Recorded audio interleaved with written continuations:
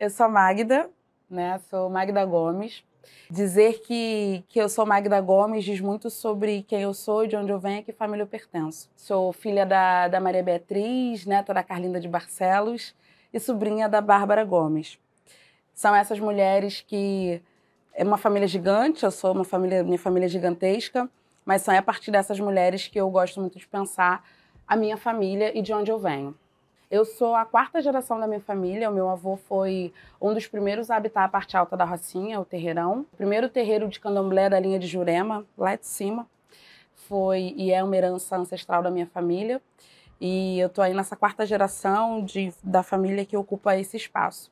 Esse espaço que a gente tem a honra e a energia de saber que a gente construiu e constrói muito a partir desse lugar. Eu nasci aqui no Rio e fui crescer em Santo Antônio de Pádua, interior da cidade do Rio de Janeiro. Cresci em Santa Cruz, que é ainda mais interior. Não tinha TV, né? Não tinha luz, e aí, salvo o tanto de coisas de políticas importantes que construíram e constrói a Magda que é hoje. Mas a Magda de hoje, ela vem de um lugar de muita escassez, né, urbana, e de um contexto muito rural. Eu acho que esse contexto rural, ele reflete muito nas coisas que eu faço hoje nessa Magda, que é uma Magda da roça, na Rocinha, que é a grande roça, mas que, entendeu? Uma coisa assim. Eu sou a primeira geração da minha família a entrar na universidade, né? Um clássico.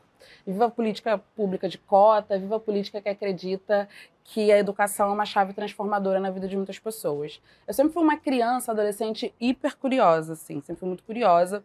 E eu estava sempre muito envolvida em projetos na escola, né? E aí eu estudei numa escola chamada Lélia Leite de Farias, onde a minha turma tinha 9 alunos. Cresci numa turma muito pequena, onde todo mundo ali sabia o que queria ser e a gente se organizou muito bem. Porque eu, da área de exatas, né, engenheira que sou, gestora de projetos, falei, bom, vamos organizar isso aqui, para qual área cada um vai e como a gente se potencializa. Eu aprendi a matemática, aprendi sobre fração, indo fazer a merenda junto com as merendeiras, que, por sinal, era minha tia Aparecida e a tia Zizi, que são pessoas que me acolheram e me abraçaram muito naquele espaço. Todas as vezes que eu penso na minha trajetória hoje, falo, cara, o que me fez ser a gestora de projetos que eu sou hoje?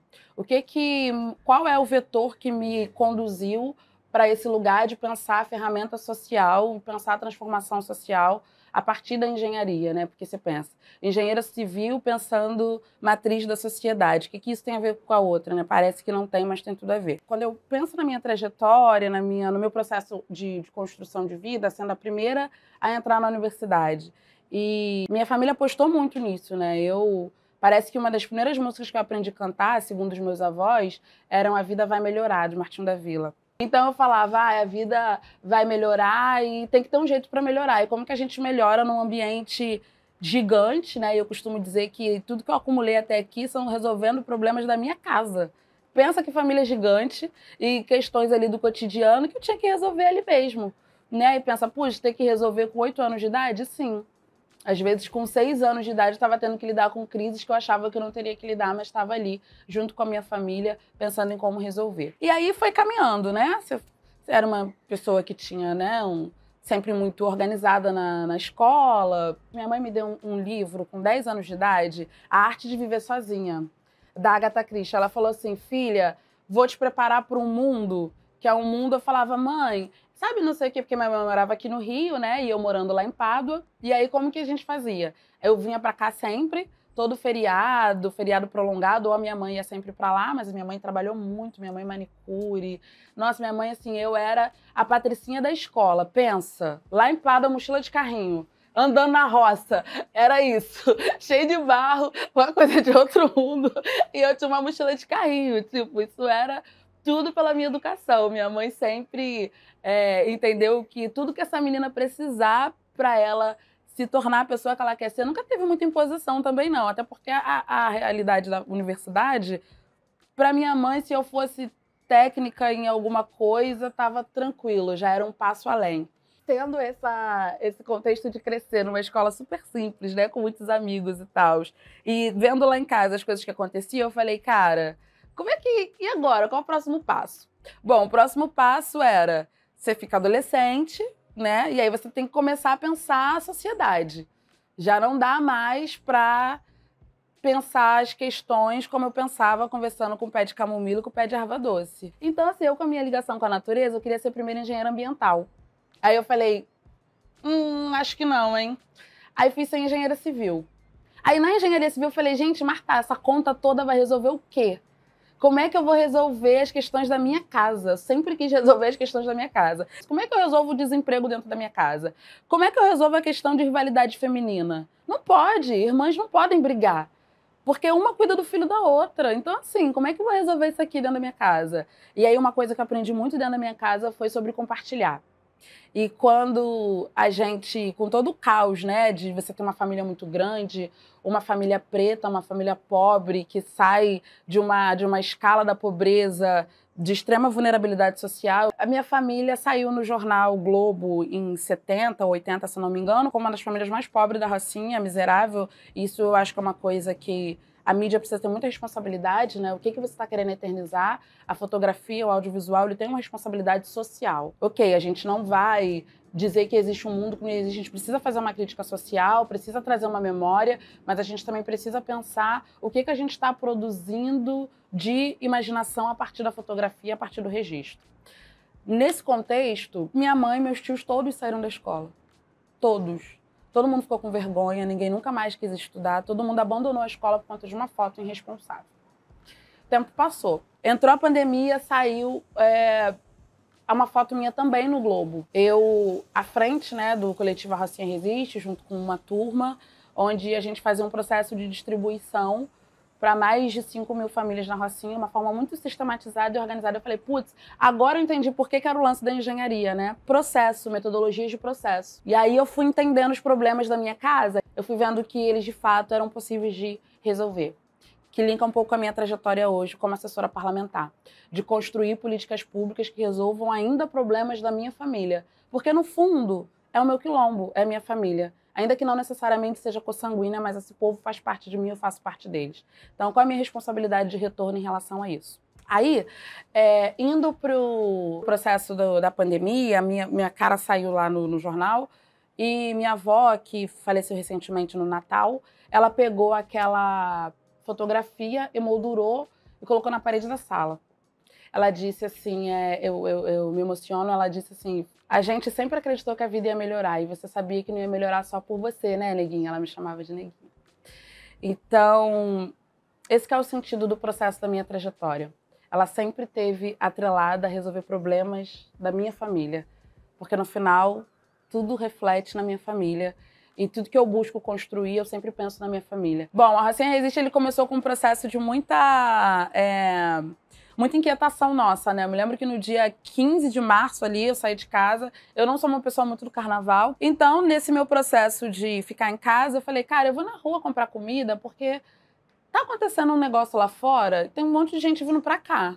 Esse negócio, quando chegar aqui, não vai ficar legal. Só que quando eu abri a porta da minha casa, me veio uma tristeza coletiva. Eu falei, gente, o que tá por vir?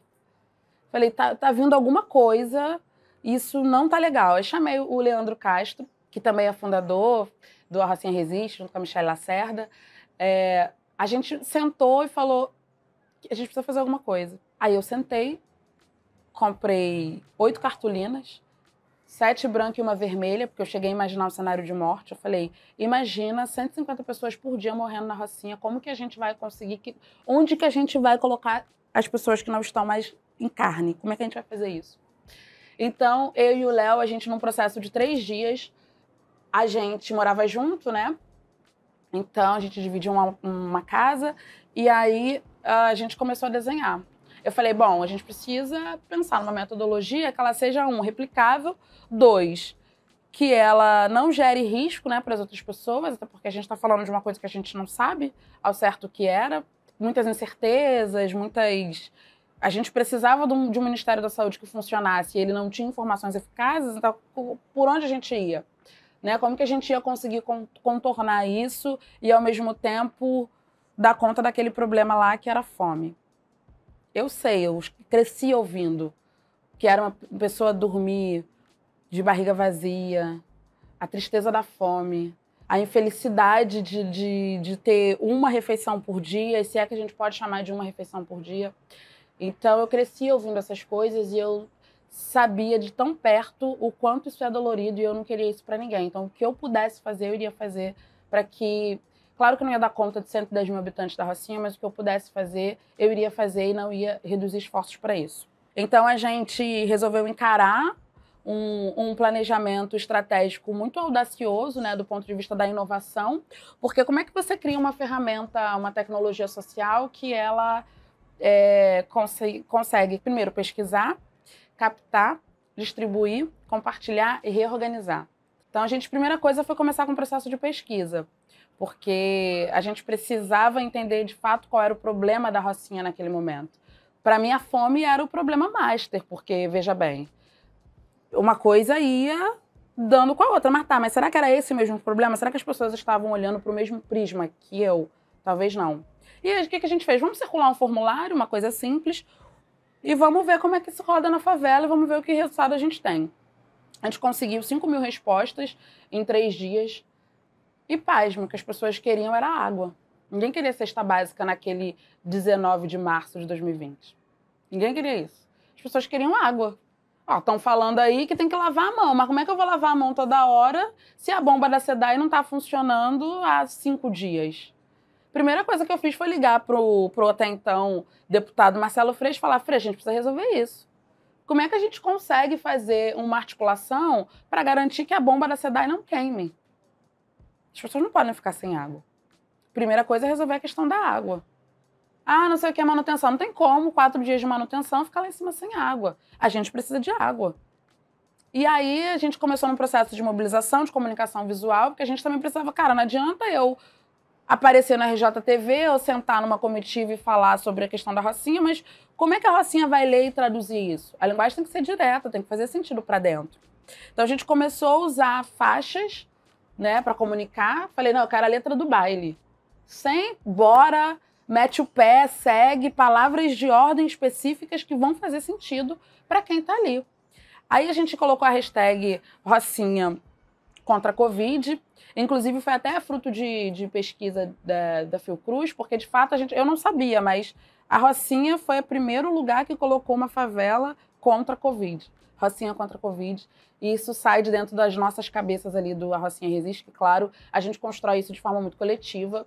E foi pra gente, enfim, dividiu a equipe. Tinha equipe de comunicação, equipe de pesquisa, equipe de captação, equipe de articulação. Tudo isso muito organizado para fazer a Rocinha Resiste dar certo e ter a elasticidade que teve. A partir daí,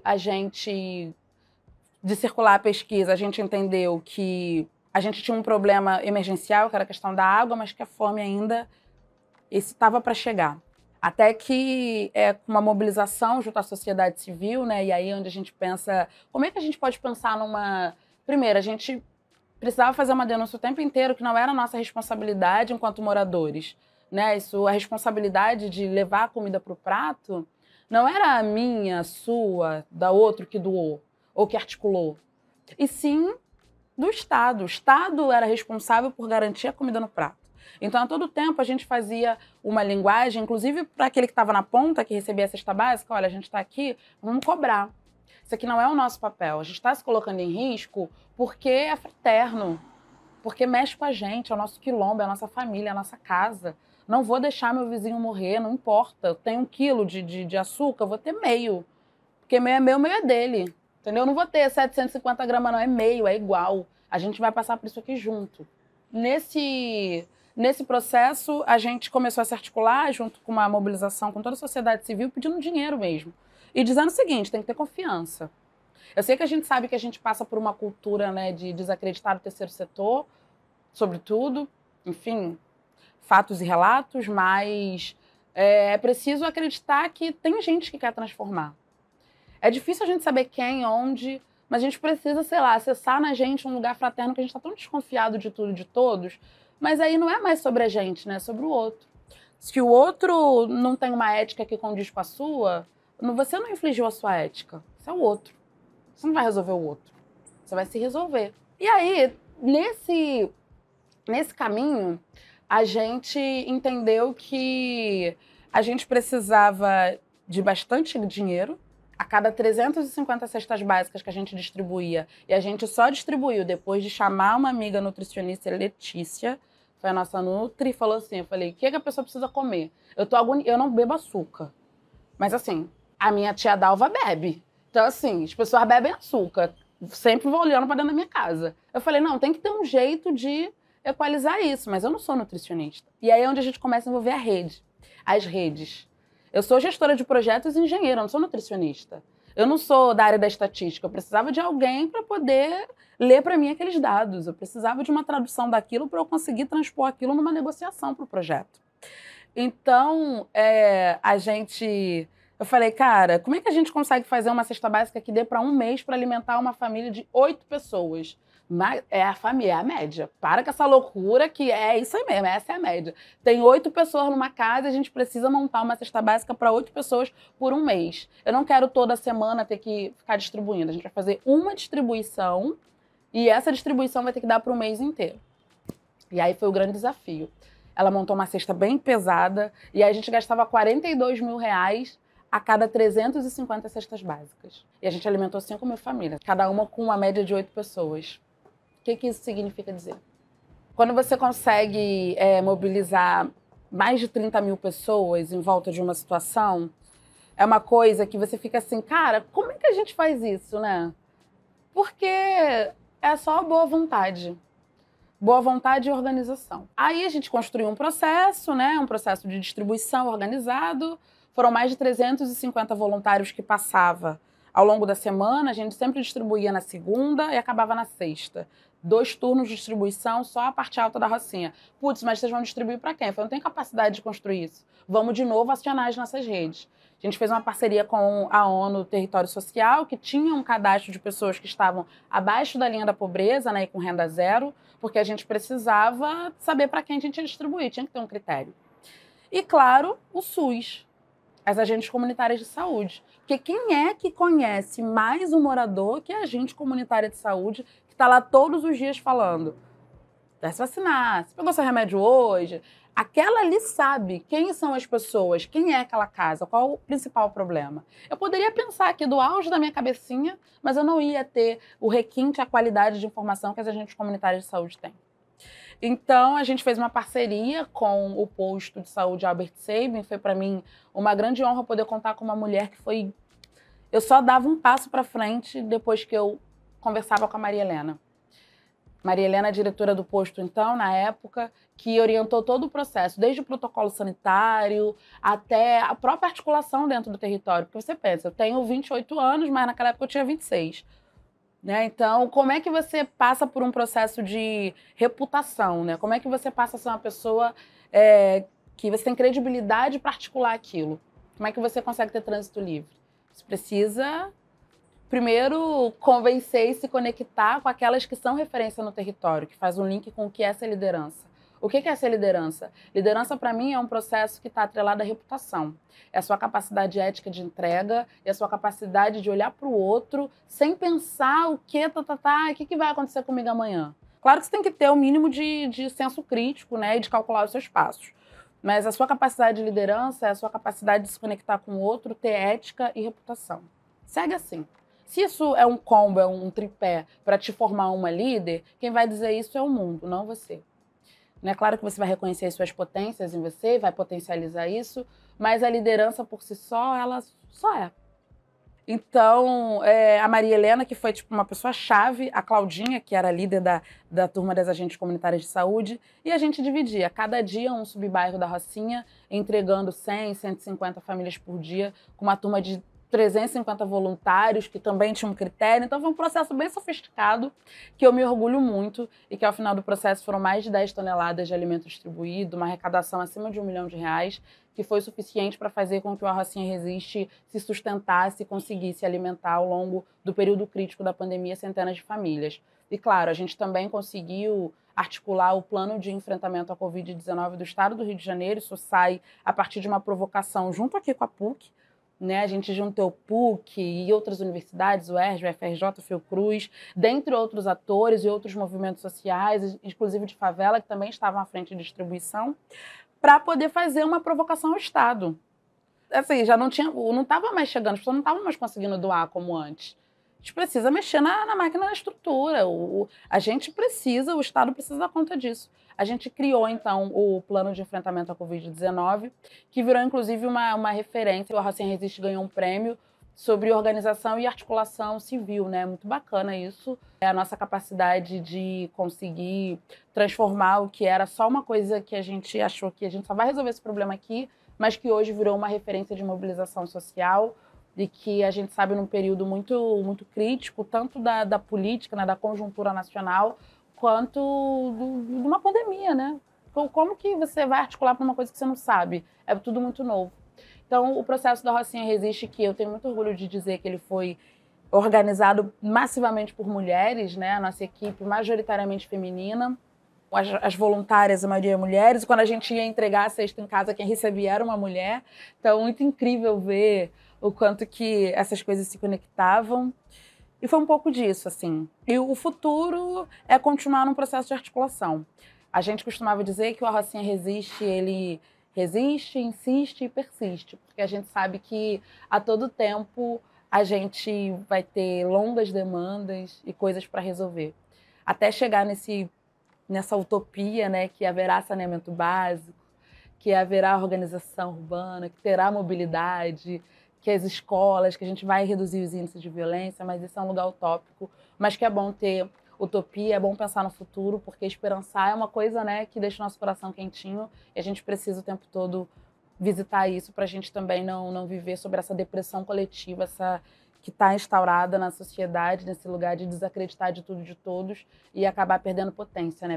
Potência de multiplicar, potência de criar, potência de fazer um mundo melhor hoje, amanhã e sempre. Eu sou fundadora do Instituto Gueto, que é a Escola da Ponte para Pretos, que é a maior escola da América Latina para pessoas pretas, né? Que fala sobre línguas e linguagens, como que a gente consegue inserir e manter, né, fazer ali a permanência de pessoas pretas em espaços de poder através da educação. Nós temos um grupo no Facebook com mais ou menos 47 mil membros, e isso dá para a gente esse lugar do maior grupo de Facebook da América Latina, específico para pessoas pretas. Nesse lugar eu comecei a falar, putz, mais um lugar de incidência. Não dá mais para eu dizer que eu não sou uma sujeita que articula a partir da política. No cerne da palavra. Coisa da cidade, da organização da cidade, né, de você conseguir mobilizar coisas em torno da cidade, da polis. Como é que você faz isso? O Instituto Gueto, ele foi um vetor de mobilização política para mim, né? E depois o Mulheres Negras Decidem.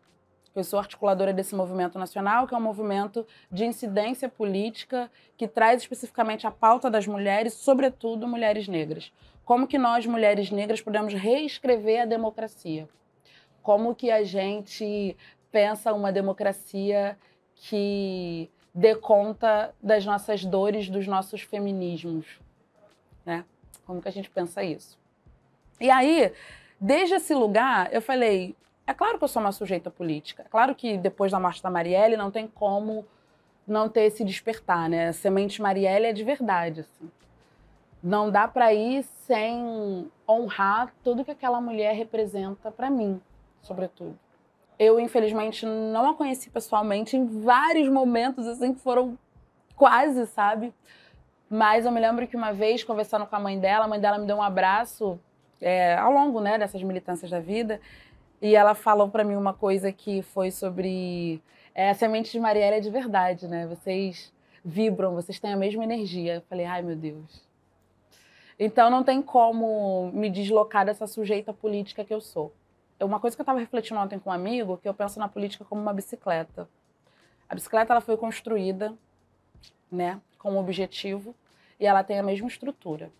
Se você for pegar a política, o fisiologismo político, ele foi construído, ele tem uma mesma estrutura. A bicicleta que foi construída quando foi e a bicicleta de hoje é a mesma coisa. Sofisticou, botou luz, tem não sei o quê, tem sensor de presença, mas é a mesma coisa e faz na mesma reta. É uma mesma coisa. Bicicleta é bicicleta. A política é isso. A política ela foi criada, na minha concepção, a política ela foi criada com um objetivo muito específico, com atores muito específicos. E eu chamo de atores porque, assim, as atrizes não fariam como fiz. Então, os atores que construíram esse lugar, eles sabiam que eles estavam construindo e como estavam construindo. Cabe a nós, agora que temos esse despertar de sujeitas políticas, porque eu faço política o tempo todo, meu corpo é um corpo político, não adianta. Para onde eu vou, eu digo, aqui eu venho, aqui eu estou, para onde vou. Quando você começa a ocupar espaços de poder na política, é você saber que você pode fazer uma incidência não só hoje, mas amanhã, construção de legado. E aí me perguntam, mas e o futuro? Você pensa em... Como é que você pensa você na política? Eu continuo pensando naquilo que eu posso construir, que parece que é individual, mas toda a movimentação individual ela é coletiva. Então a política ela é sensível, ela está num momento frágil e a gente precisa resgatar o bom senso e a democracia. Porque a partir daí a gente vai poder sonhar na política, nesse lugar, como lugar de incidências da sociedade. Lá é o nosso lugar. A casa do povo é a nossa casa. E ninguém vai tirar isso da gente.